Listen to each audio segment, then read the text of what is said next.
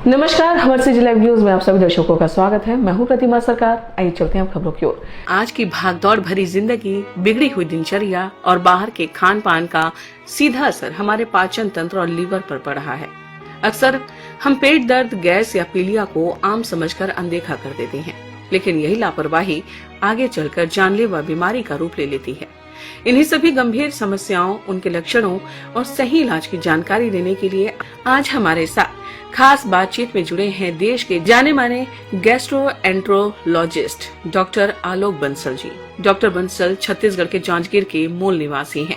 उन्होंने Pandit Jawaharlal Nehru memorial medical college Raipur से MBBS, Delhi के प्रतिष्ठित सफदरगंज अस्पताल से एमडी मेडिसिन और देश के शीर्ष संस्थान सीएमसी वेल्लोर से डीएम गैस्ट्रोएंट्रोलॉजिस्ट में सुपर स्पेशलाइजेशन की पढ़ाई की है। आइए जानते हैं पेट और लीवर से जुड़े हर सवाल पर डॉक्टर आलोक बंसल जी की महत्वपूर्ण सलाह।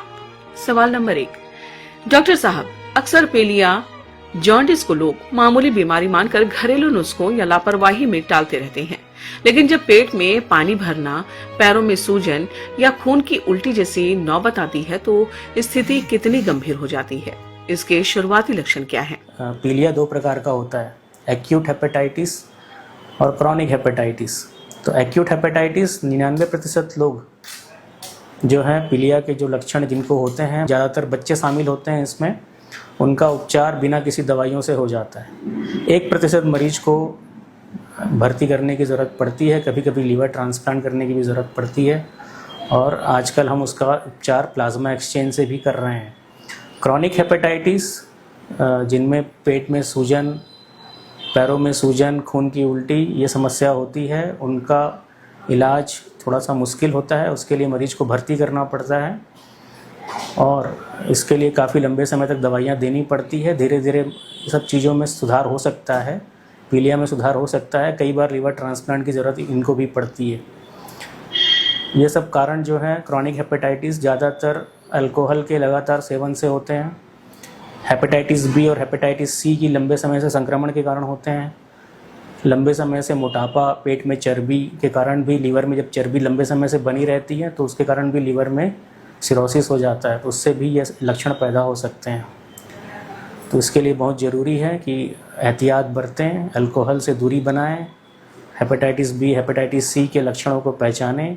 सवाल नंबर 2, डॉक्टर साहब, आजकल बहुत से लोग लंबे समय से पेट दर्द, लगातार गैस बनना, पेट साफ ना होना या खाना निगलने में तकलीफ से परेशान रहते हैं।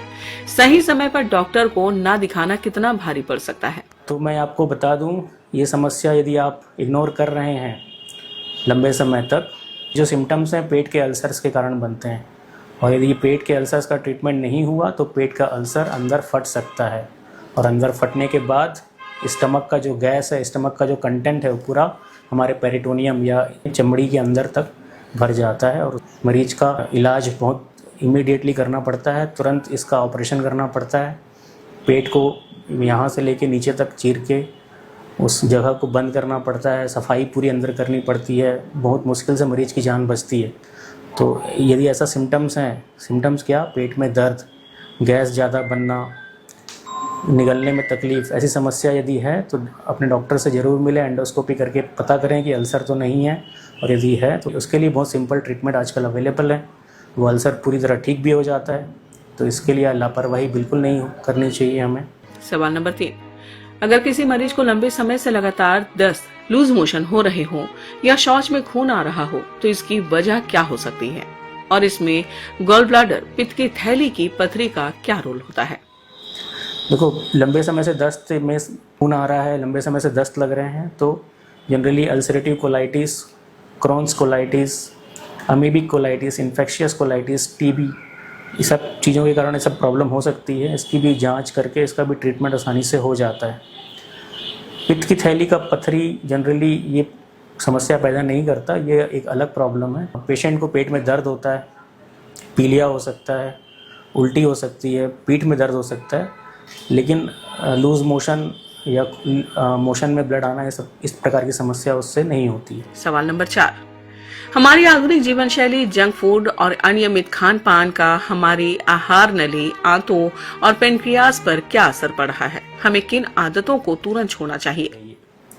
तो हमारी खान पान का हमारी आंतों पर बार बार इन्फेक्शन होना, जिससे पेट में दर्द, लूज मोशन, वॉमिटिंग, उल्टी, कभी कभी कब्ज, इस टाइप की समस्या भी होती है। तो हमें ये करना चाहिए कि हमें खाना पीना बिल्कुल साधारण रखना चाहिए, हाइजीनिक खाना चाहिए। बाहर का खाना हमें ज़्यादातर अवॉइड करना चाहिए, क्योंकि बाहर का जो खाना बनता है हमें पता नहीं कैसा बना रहे हैं, कितने अच्छे सफाई से बना रहे हैं, हाथ धो रहे हैं या नहीं धो रहे हैं जो खाना बनाने वाले वर्कर्स हैं। हमारे आंखों के सामने जो खाना बन रहा है वही स्वच्छ खाना होता है। सवाल नंबर 5, डॉक्टर साहब, पेट और लीवर को हमेशा स्वस्थ रखने के लिए हमारे दर्शकों को आपका सबसे महत्वपूर्ण संदेश क्या होगा?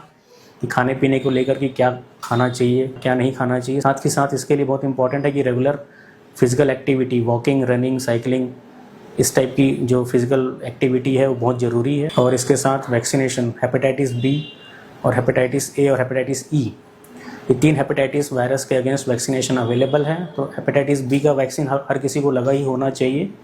हेपेटाइटिस ए और हेपेटाइटिस ई का वैक्सीन यदि आपको लीवर की थोड़ी मोड़ी समस्या है, और बच्चों को एटलीस्ट जो एडल्ट हो रहे हैं उनको ये हेपेटाइटिस ए और हेपेटाइटिस ई के वैक्सीन भी लगा देना चाहिए। तो ये थे प्रसिद्ध गैस्ट्रोएंट्रोलॉजिस्ट डॉक्टर आलोक बंसल जी, जिन्होंने बेहद सरल शब्दों में हमें समझाया कि कैसे थोड़ी सी सतर्कता और स्वस्थ दिनचर्या हमें पेट और लीवर की जानलेवा बीमारियों से बचा सकती है। हमारे सीजी लाइव न्यूज की आप सभी से अपील है कि सेहत को प्राथमिकता दें, लक्षणों को अनदेखा न करें और सही समय पर विशेषज्ञ डॉक्टर से परामर्श लें। स्वास्थ्य और जनहित से जुड़ी तमाम बड़ी खबरों के लिए बने रहिए हमारे सीजी लाइव न्यूज के साथ। धन्यवाद। जय जोहार, जय छत्तीसगढ़। इस खबर के प्रायोजक हैं छत्तीसगढ़ का नंबर 1 कोचिंग संस्थान विजन एकेडमी जांजगीर। सरकारी नौकरी की पक्की तैयारी के लिए सीमित सीटों पर पाइए 90% तक की भारी छूट। तो देर किस बात की, आज ही अपनी सीट बुक करें।